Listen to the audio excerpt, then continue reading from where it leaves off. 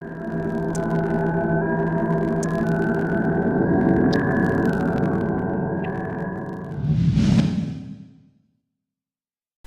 and welcome to the first episode of Summoner Herald. I'm FourthOracle, this guy. And here we'll be having the latest and most important League of Legends esports news, including tournament results, lineup changes, and important tournament announcements with dates.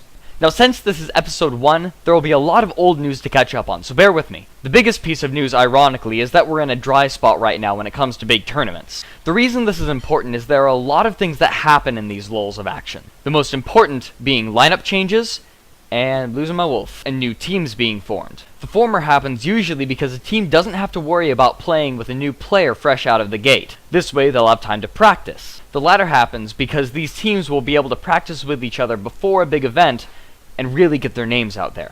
I'm mostly going to go over lineup changes because usually new teams don't matter that much unless they start making a big splash. Like VVV's team who beat Legion and Go for LOL and took 2nd place. Go team! The first big roster change-up is AAA kicking out Moma, their AP player, and one of the most respected AP players in the game right now. AAA has been having some tough times in tournaments recently, and they wanted time to practice more, something that Moma could not provide, so they gave him the boot. Their new player is someone I haven't really heard of much before, AMT2K, so if you know anything, leave it in the comment section. Either way though, this was a really ballsy move. Momo was one of the big reasons that people were still paying attention to AAA, so if they don't do well in tournaments, they may get kicked out just like Mouse Sports' team.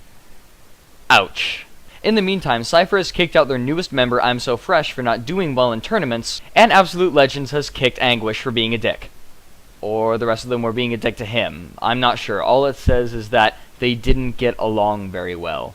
Amidst all of this, Dan Din, one of the most venerated League of Legends players, has stepped down from FourthOracle to become their coach. In the meantime, 3 new players are joining the ranks: Takashi X, One Bad Brad, and ZekeNet, better known as Spam Happy. Now the rest of the lineup isn't making waves, but people are getting excited about seeing ZekeNet specifically because of his Poppy play. A lot of people are saying that Poppy is underpowered, and she hasn't gotten a whole lot of love from Riot recently. But if anyone can make it happen, it's probably ZekeNet. The GESL has announced a $10,000 invitational the weekend of June 16th.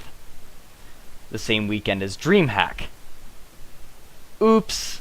Now it's not certain who's been invited yet, but if there's some overlap, which I suspect there will be, which one are they going to choose? MLG has officially announced the inclusion of League of Legends into its spring season, and a lot of fans are saying it's about time. They were initially hesitant because they were unsure of its success, but now that it's officially hit Juggernaut status, it's a pretty safe bet. As of this recording, Spectator mode is set to be released next patch. It will add a number of new features, specifically the ability to manipulate the timeline and drop in on friends playing games. There's a vocal group that is concerned that this drop-in function will ruin streaming, but I don't think so. People watch streams to see high-level players play.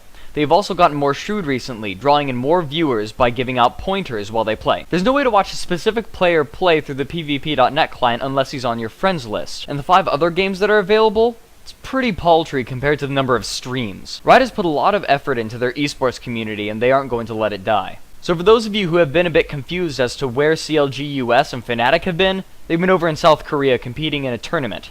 The tournament, put together by OnGameNet, the 2nd largest esports television company in the world, has been going on for over a month. And now, both CLG US and Fnatic have been knocked out in the round of 8, leaving only South Korean teams left. Does this mean the South Koreans are going to dominate League of Legends much like they do most of the other esports? I don't think so. What you have to consider is that even though the teams have been over there for a month, doesn't mean they're exactly comfortable there yet. It's an entirely different culture, and I'd be surprised if they were comfortable. So I wouldn't count the West out quite yet, though we may be seeing CLG US and Fnatic putting Oriental food into their training regime. So that's all we've got for this time, and I'll see you next week on the Summoner Herald. Shut up. Oh no! I keep forgetting the next line. Momo is one of the big reasons anyone was still watching AAA. I'm FourthOracle, and I just looked at my script.